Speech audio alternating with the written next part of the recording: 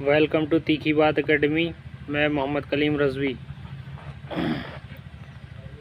Arabic literature first paper کی 5th unit جس میں سوانح نگاری لکھنے کے لیے آتی ہے، اور عربک لٹریچر میں خدمات، اس میں ایگزام پوائنٹ آف ویو سے ہم دیکھتے ہیں تو امام محمد عبدہ ہمارے لیے بہت خاص ہیں، اور یہ ہر سال تقریباً ہر سال آتا ہے۔ امام محمد عبدہ کا پورا نام محمد عبدہ بن حسن خیر اللہ تھا۔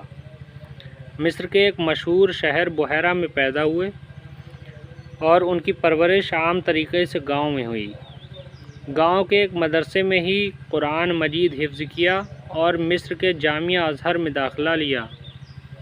پہلے تو وہ اس سے متاثر نہ ہوئے اور بعد میں یہاں سے فائدہ حاصل کیا۔ اس وقت ایک بہت بڑے عالم جمال الدین افغانی تھے جن سے سب سے زیادہ فائدہ حاصل کیا۔ سن 1294 ہجری میں انہیں بھرپور کامیابی حاصل ہوئی، اور وہ ادب یعنی لٹریچر اور تاریخ یعنی کہ ہسٹری کے استاد بن گئے۔ وہ قابلیت کی بنیاد پر الوقار کے ایڈیٹر بھی بنائے گئے، اور نہج البلاغہ تمام مقامات کی شرحیں لکھیں۔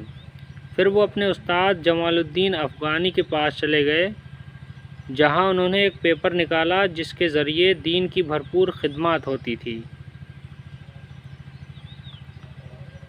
انہوں نے اپنی ساری عمر فتویٰ لکھنے میں صرف کی، اور اسکندریہ جو مصر کا ایک مشہور شہر ہے وہاں چلے گئے اور وہیں وفات پائی۔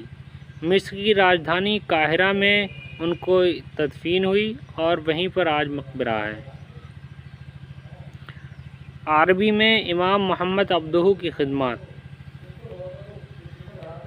امام صاحب کے زمانے میں عربی زبان پر دوسری زبانوں کے اثرات چھا رہے تھے۔ انہوں نے اسے نئے سرے سے زندہ کرنا شروع کیا، اور انہوں نے ایسا سلسلہ جاری کیا جس سے غلط تحریر لکھنے والوں کی اصلاح ہو۔ ان کی تحریریں انن سرانیہ اور فرانسیسی کتاب کا رد، جس میں ان کی قابلیت کا اندازہ لگایا جا سکتا ہے۔ الشیخ عبدالعزیز جاویش کی سوانح نگاری کے بارے میں ہم پڑھتے ہیں۔ عبدالعزیز جاویش بن خلیل ایسے خاندان میں پیدا ہوا جس کا تعلق مرکز سے تھا اور تجارت کا کام کیا کرتا تھا۔ ایک مکتب سے اس کی تعلیم کی ابتدا ہوئی، اور قرآن کریم کو حفظ کیا۔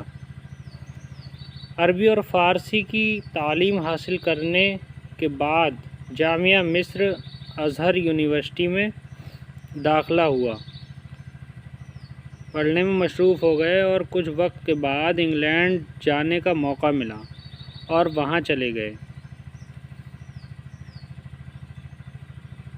وہاں یورپ کے لٹریچر سے واقفیت حاصل کی اور علم وزارت کے انسپکٹر مقرر ہوئے۔